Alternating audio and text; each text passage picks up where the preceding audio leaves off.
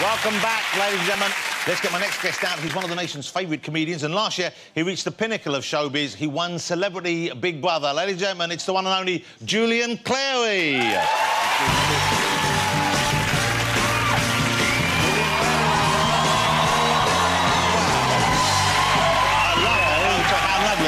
Good to see you again. Look at that, it's a Perspex bow tie. I've seen most things. I've never seen a Perspex bow tie before. Oh, it's very handy. You know, you don't have to tie it or anything. Wow, it's quite rinse something. it under the tap. Julian, thank you for being here. It's a pleasure. It's always lovely having the show. I always enjoy spending time with you. And I believe you missed a big party to be here this evening. Well, I've delayed my attendance at the party. Okay. This week, my Auntie Tess was 100. Wow, 100 years old. Well, congratulations. So, thank you. That's for Auntie Tess. There she is. So it's a kind of 3-day rave going on. We had a party where she lives in Brentford yesterday, and tonight the party has started at my house with all of the family, and it will carry on tomorrow. Well, and she's got a picture of the Queen there. Yes, that's what you get for your trouble when you live to be 100. Oh, so you still get a picture? So what, you get a letter from them? I thought they'd stop doing that. No, you get a sort of hand-delivered card, personally signed by Her Majesty. And interestingly, at the party the other day, with all of her friends who are of an age, they all... the card was passed around and they all wanted their picture taken holding it, That's you so know, sweet. as if they were 100. Some of them were a mere 85. Well, nothing. Just babies. Yes. You know, you've been a comedian for 25 years now, is it? I've been round the block, Jonathan. 25 years, OK. Yeah. And I would think, though, that, I mean, people of my age and our generation, we all know you as a stand-up comedian first and foremost, but there'll be younger people who kind of know you because of your appearance on Celebrity Big Brother, I guess. Yes, yes. I mean, did you get a new fan base? Did you find new people finding out about you because of that? I did, because I did a tour straight after I came out of the house, and that was quite good timing. So I did notice, same as when I did Strictly Come Dancing, I got a lot of silver-haired ladies, which were very welcome. And now I had sort of youths and young people that watch Big Brother. So I do like it when I'm on stage and you look out and there's, you know, your gay and lesbian contingent, and then there's the Strictly lot, now there's a sort of young people. It's very cheery. But, you know, I remember the night I was hosting the Comedy Awards back in the 90s, and you came here we out, go. and you made that famous comment, and it was very funny. It made me laugh a lot, about Norman Lamont. A joke, clearly a joke. Yeah. Well, at least I hope it was a joke, I don't know. And I didn't realise at the time that that would have quite the effect it did on your career, at least temporarily. Norman Lamont had come out and given an award beforehand, perversely. He was the Chancellor of the Exchequer, wasn't he? So he was about as well-known a politician as we had, short of our leaders. And then Julian was next up. You came out afterwards. Norman Lamont was... I didn't like him, you know, and he was a sort of very... And I thought, what on earth is he doing? While I was waiting for all the endless awards, while I was waiting to come on, I got more and more worked up about the fact that this sort of right-wing Tory was at a comedy awards show. And by the time I came on stage, I said, I'm sorry I'm late, everyone. I've been fisting Norman Lamont. It's one of those things that's it's followed me around, and I know when I die this will be on my obituary. But I was curious about, because at the time I didn't realise, and I've had a run-in with being silly myself, occasionally maybe going a bit too far, and knowing the impact it can have. But, you know, and you realise afterwards, well, you didn't mean it in any way to have that kind of an impact, and I'm sure you didn't think it would. So afterwards, how was it with you dealing with that? I mean, what kind of an experience was it for you?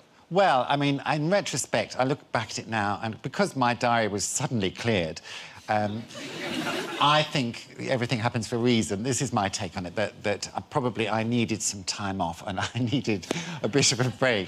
So the powers of the universe caused me to say this outrageous thing, and suddenly I was able to rest. I mean, there was a lot going on in my life at the time. My boyfriend that I was living with had just died of HIV-related illness, and so had my best friend, and I'm not making excuses, but I was taking a lot of Valium.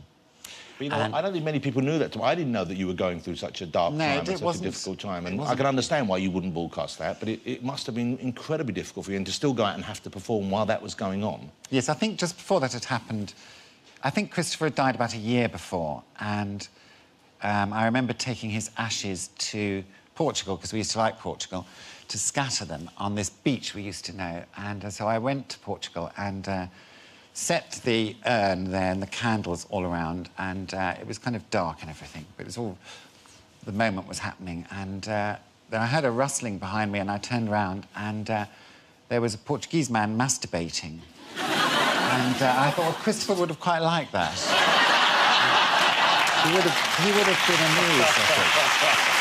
Well, it's a memorable thing.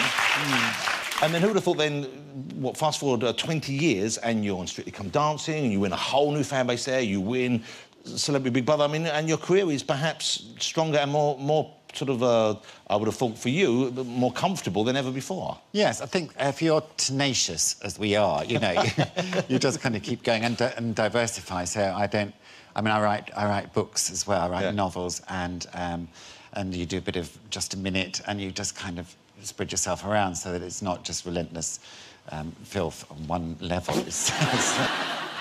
Let me ask you then about the new tour, because you're back on the road next Sunday, I believe. Next Sunday in Jersey and onward for the next 6 weeks. It's called Position Vacant, Apply Within. But the title means something more than just... you're actually, in a part of the tour, you're looking for someone. Is this correct? Yes. I mean, that's the kind of conceit of the show, because I do have a partner, but he is getting on my nerves.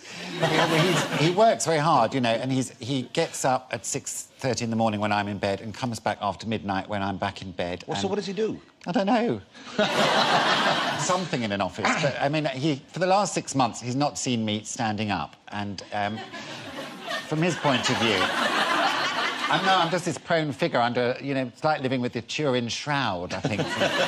So I'm just a bit cross. So I thought this is a kind of veiled threat to go out looking for a husband every night. And I select men from the audience in the theatre and herd them into a kind of sheep pen.